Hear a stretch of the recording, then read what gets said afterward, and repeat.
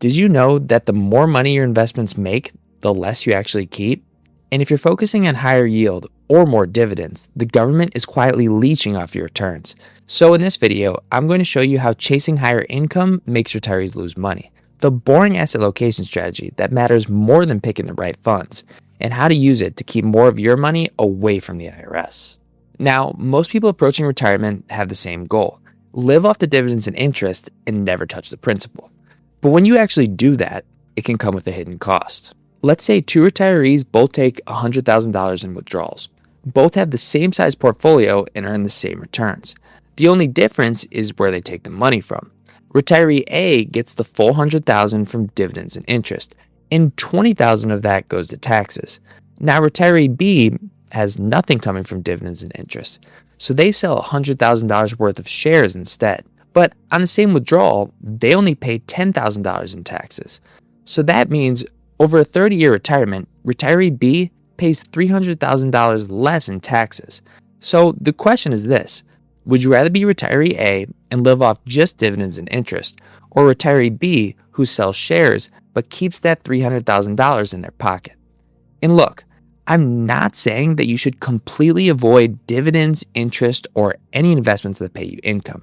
But picking investments just because they pay you income is missing the forest for the trees. The goal of a retirement portfolio is to generate the withdrawals you need as efficiently as possible. And if you're only picking investments based on yield or dividend strength, you can quietly lose thousands every year, even if you never see it on your statement. So how does focusing too much on income and chasing yield cause this to happen? Well, it comes down to two key mistakes. And the first one starts with a simple choice. Let's say you have two investments in your taxable brokerage account. Both have the same risk and the same liquidity. The only difference is that one has a yield of 5% and the other 4.5%. Most people would just pick the one with 5% without thinking twice. But here's what they'd be completely missing. Let's say that the 5% yield gets taxed at higher ordinary income rates.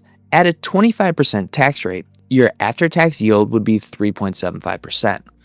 Now, let's say the 4.5% gets taxed at more favorable long-term capital gains rates. At a tax rate of 15%, your after-tax yield would be 3.83%. So the lower yield actually puts more money in your pocket. So the first mistake is that chasing higher yield doesn't always get you higher after-tax spending power. Different investments are taxed in different ways, so the biggest number on the statement doesn't always win.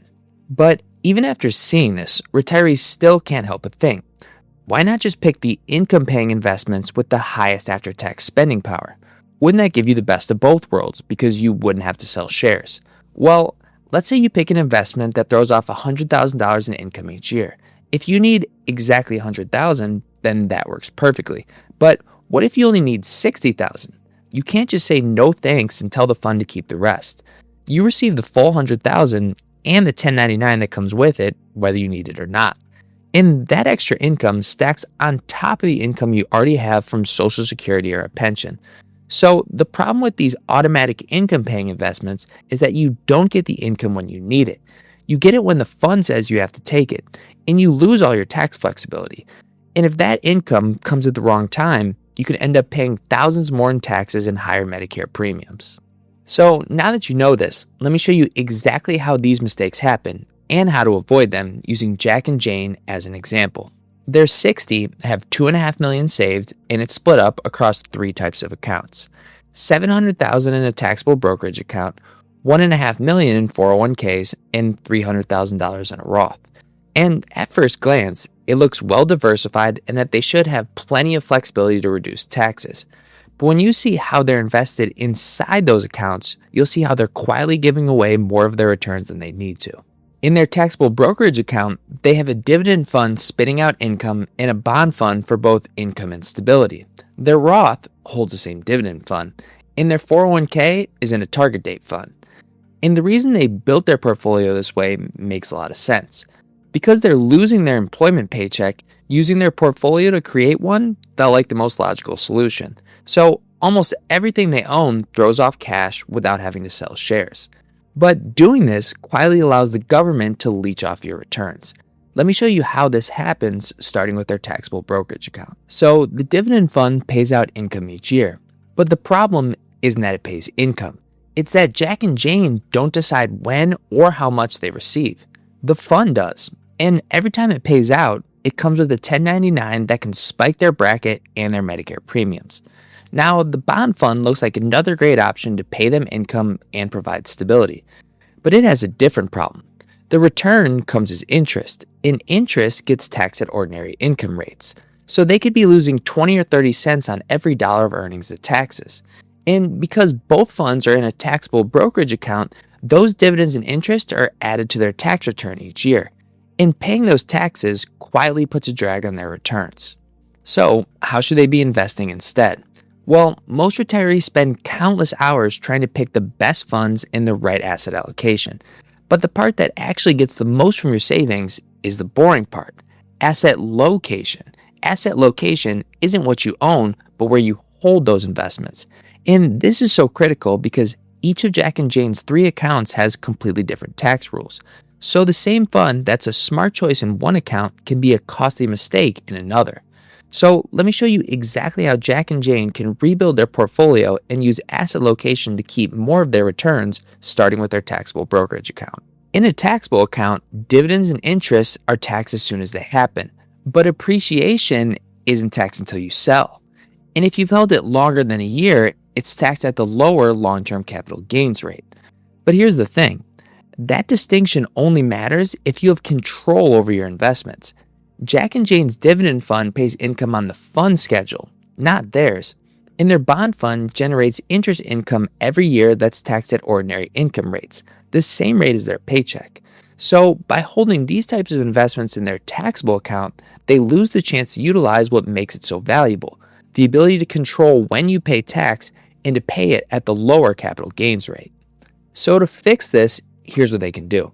Focus on investing in funds with low distributions and low turnover. The less automatic income the fund throws off, the more control they keep over when and how much tax they pay. And to be clear, this doesn't mean you can't own anything that pays income in a taxable account.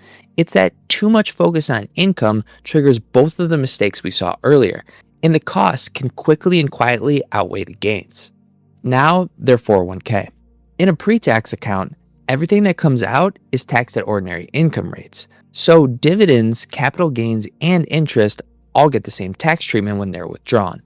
And because everything is taxed the same way on the way out, that means income-producing investments like bonds don't get penalized for generating ordinary income inside the account. That interest just keeps compounding tax-deferred until Jack and Jane decide to take it out. So this is exactly where their bond fund belongs. Not in the taxable account where it creates a tax bill every year, but in the 401k where it keeps compounding until they need it. And finally, their Roth. The Roth is their most valuable account because it's the only one where growth can be completely tax-free as long as they meet the age and holding period requirements. So the worst thing they can do is fill it with lower returning income-producing investments like bonds because those don't need the Roth's protection. What they want here are their highest growth investments, broad equity funds they're comfortable leaving untouched for as long as possible, compounding tax-free the entire time. So it wasn't that Jack and Jane picked the wrong funds or that they were bad investments. It's that by putting them in the wrong accounts, they were quietly giving away returns, even if they never showed up as a loss on their statement. Now, here's the last thing you need to understand to use this correctly. The reason Jack and Jane made these mistakes in the first place was because they felt like they needed income. But knowing which investments to hold in each account doesn't replace your paycheck. So let me give you a strategy to do that and create your own income on demand. Now, the goal isn't to be forced to take income based on the fund schedule. It's for you to receive the income you need when you need it as efficiently as possible. And the only way you can do this is to create that income yourself by selling shares. When you sell shares, you're in control.